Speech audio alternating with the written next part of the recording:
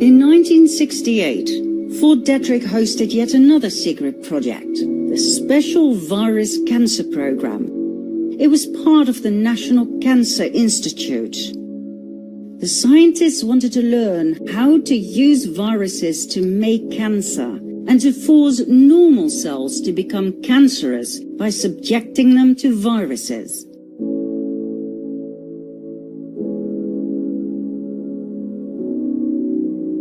Why?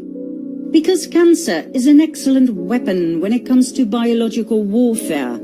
It can be used to take down political leaders without any suspicion of a crime committed. And it can be used to wipe out large numbers of the population, as most forms of cancer are deadly. Approximately 10 million people die of cancer worldwide each year. That's about 26,000 people each day. Two classes of cancer-causing viruses were studied extensively at Fort Detrick's Special Virus Cancer Program.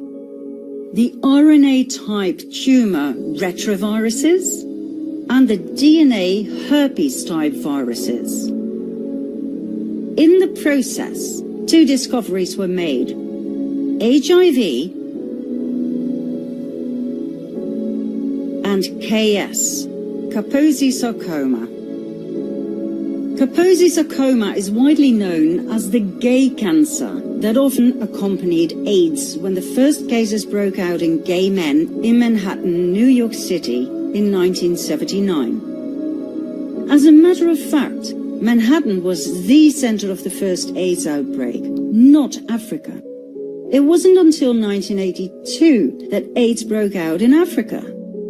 Still, we are supposed to believe that AIDS originated in Africa and that it jumped from apes, primates, to humans. Not only that, we are supposed to believe that back in 1979, it jumped from African apes to only white gay men in Manhattan. As did the human herpes 8 virus that causes all forms of Kaposi sarcoma, the gay cancer. We are expected to believe that two primate viruses, a retrovirus and a herpes virus, jumped species in Africa at the same time and ended up exclusively in the blood of white gay American men to produce a new immunodeficiency disease in 1979, now called AIDS.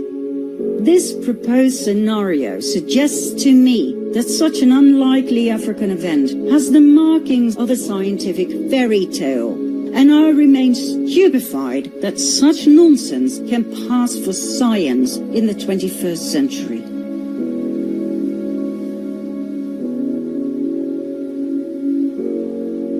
So, what else happened in Manhattan in 1979?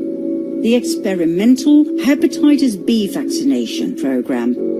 For 2 years until 1981, the year the AIDS epidemic became official, gay men were vaccinated with this experimental vaccine, not only in Manhattan, but also in cities like Los Angeles and San Francisco. What a coincidence that these three cities became the three big epicenters of the AIDS epidemic. Now, we realize that there will be a lot of opposition and denial when it comes to the man-made origin of HIV and AIDS. We suggest you study the work of professionals such as Dr. Leonard Horowitz, Dr. Robert Strecker, Professor Robert Lee, and the above-mentioned Dr. Alan Cantwell. Back to Fort Detrick and its horrid experiments. Meet Robert Charles Gallo, a biomedical researcher best known for his role in the discovery of HIV and subsequently the invention of the HIV test kit. He was head of the Laboratory of Tumor Cell Biology at the National Cancer Institute.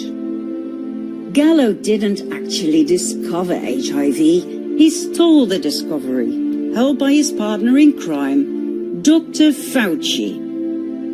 Whom did they steal it from? Dr. Frank Ruscetti.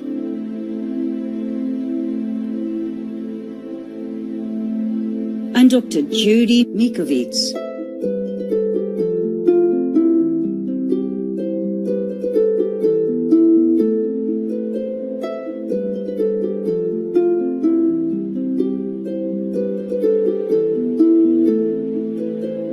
Mikovits worked under the direction of Rossetti.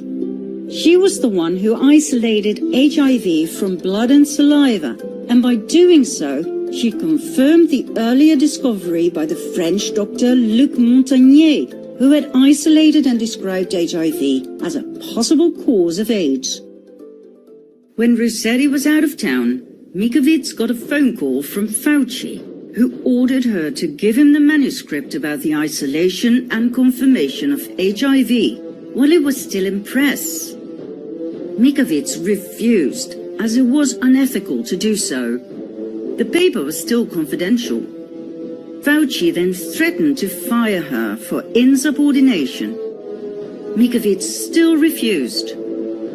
When Rossetti returned a few weeks later, he gave Fauci the manuscript.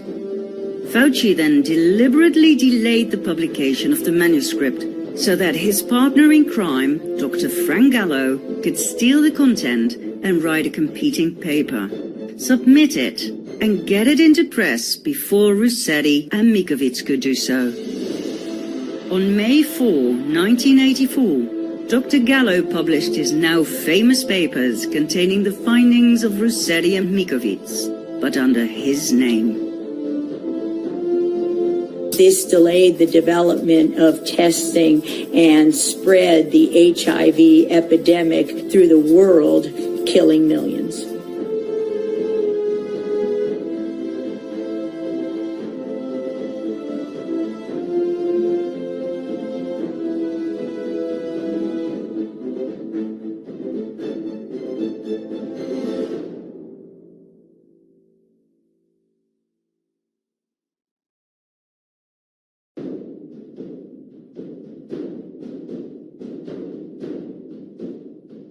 Was Fauci held accountable for his responsibility for the millions of lives his greed had cost?